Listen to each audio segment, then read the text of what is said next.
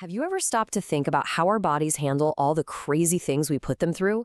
I mean, from lifting heavy weights at the gym to fighting off a nasty virus, our cells are constantly under pressure. The secret to their survival isn't just about being tough, it's about being adaptable. Today, we're diving into cellular adaptation, the absolutely fascinating ways our cells change their game plan to survive and even thrive when things get tough. So, let's start with a little riddle. What on earth do a bodybuilder's massive biceps and a failing heart have in common? I know, it sounds like a trick question, right? One is the picture of peak health and strength, and the other, well, it's a sign of serious disease. But believe it or not, the answer gets to the very heart of pathology. The exact same cellular process is at play in both. Let's figure out what's going on. All right, so what are we even talking about with cellular adaptation? At its core, it's just a cell making reversible changes to its size, how many there are, or even its fundamental type. Think of it as a cell's survival toolkit. When stress comes along, instead of just getting injured and dying, the cell makes a strategic change to reach a new stable state. And these adaptations can be totally normal, something we call physiologic, or they can be a red flag for disease, which we call pathologic. Okay, so how do cells actually adapt? Well, their first line of defense is usually pretty straightforward. They change their size or they change their numbers. These are the most common, go-to strategies in their playbook. Let's break down the two big players here, hypertrophy and hyperplasia. First up is hypertrophy.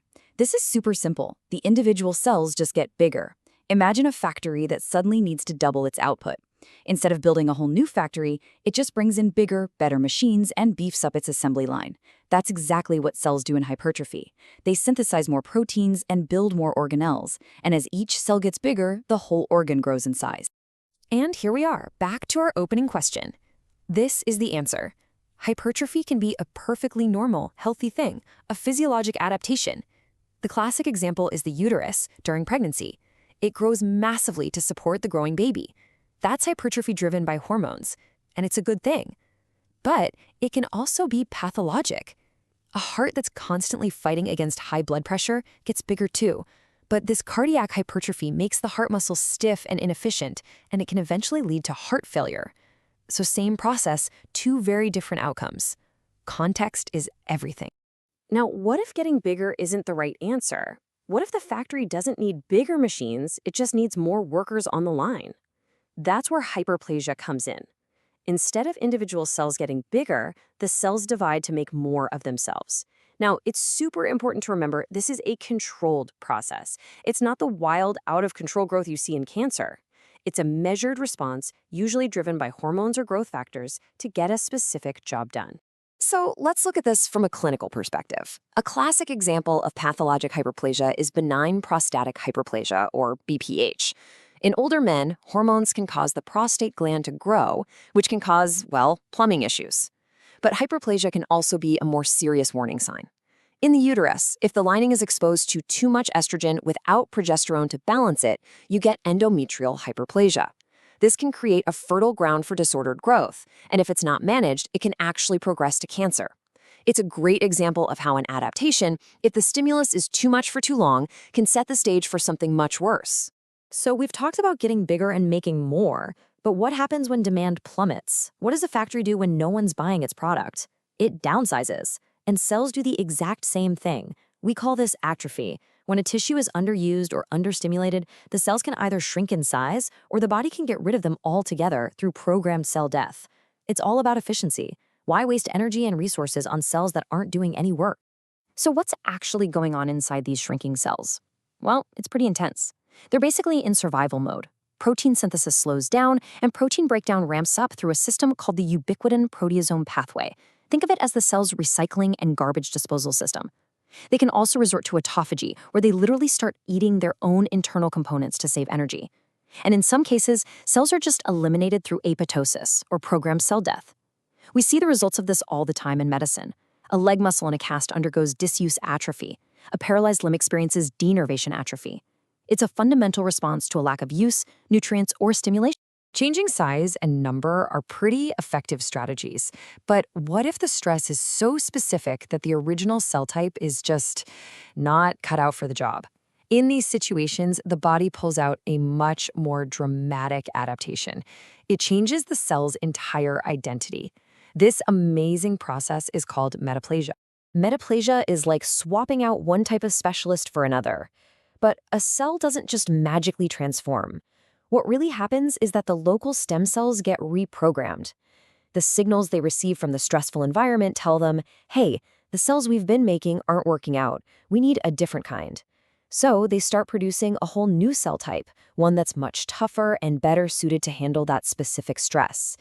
It's an incredibly clever solution to a persistent problem. The absolute classic example of this is Barrett esophagus. Your normal esophagus is lined with a cell type called stratified squamous epithelium. It's layered and tough, perfect for handling the friction of food going down. But it is terrible at handling stomach acid. So, for someone with chronic acid reflux or GERD, that lining is constantly being burned and damaged. The body's response?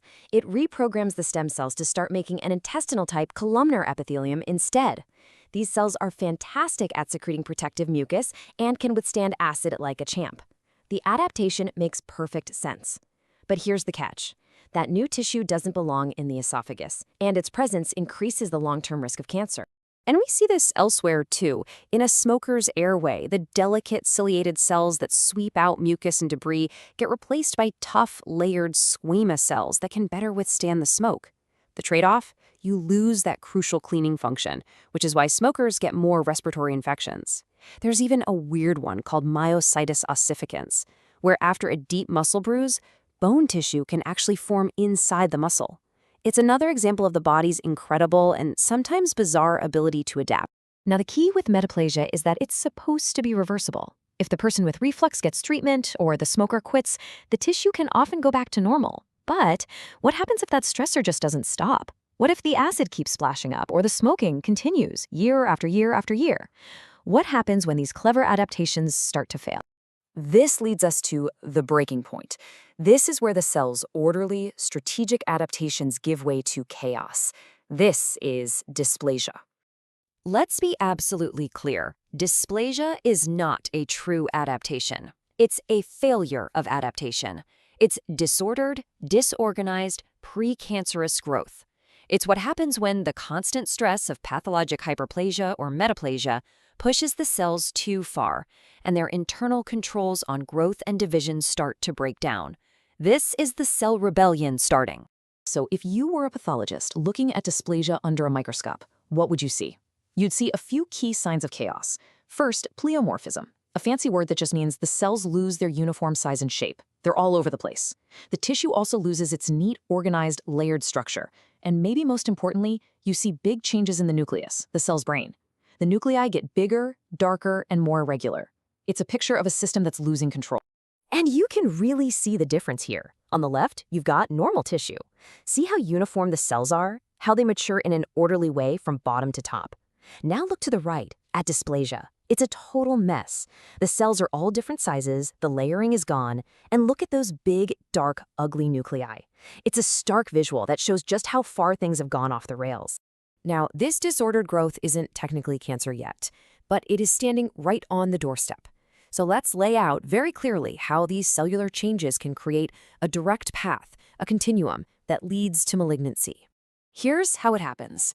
It all starts with step 1, persistent stress. A chronic irritant, acid, smoke, a virus, causes a long-term adaptive response like hyperplasia or metaplasia. If that stress keeps up, you move to step 2, dysplasia. The adaptation fails, and the growth becomes disordered. And if that dysplasia becomes severe and isn't stopped, it can progress to step 3, carcinoma in situ. This is cancer, but it's in situ, or in place, because it hasn't broken through a critical barrier called the basement membrane. Understanding this progression is absolutely fundamental to oncology. Okay, we have covered a ton of ground, from simple cells getting bigger, all the way to the brink of invasive cancer. So let's take a breath and consolidate everything into a high-yield summary that you can take with you. This table right here is your money slide. It's everything we talked about. You've got hypertrophy, an increase in cell size, hyperplasia, an increase in cell number, atrophy, a decrease in size or number, and metaplasia, a change in cell type. What's the common theme for these four? They are all, in principle, reversible. But then you have dysplasia, the disordered growth. And look at its reversibility. It's conditional. Mild to moderate cases might go away if you remove the stress, but severe cases, that's a different story. And this quote drives home the single most important clinical point of this whole talk. Mild and moderate dysplasias may regress. Severe dysplasia often becomes irreversible. That is the point of no return. That's why we have cancer screening programs, like the Pap smear for cervical cancer. The whole goal is to catch dysplasia when it's mild or moderate, when we can still treat it easily, before it crosses that irreversible line and becomes invasive cancer. So I'll leave you with this final thought to chew on. As a future clinician, when you look at this entire continuum, from a simple stressed cell to an irreversible cancer, where can you intervene to save a life? The answer is almost every single step of the way. You can help patients quit smoking or manage their acid reflux to remove the initial stress. You can screen for and treat metaplasia and dysplasia. Understanding this fundamental science isn't just for exams, it's the foundation for preventing the worst possible outcomes for your future patients.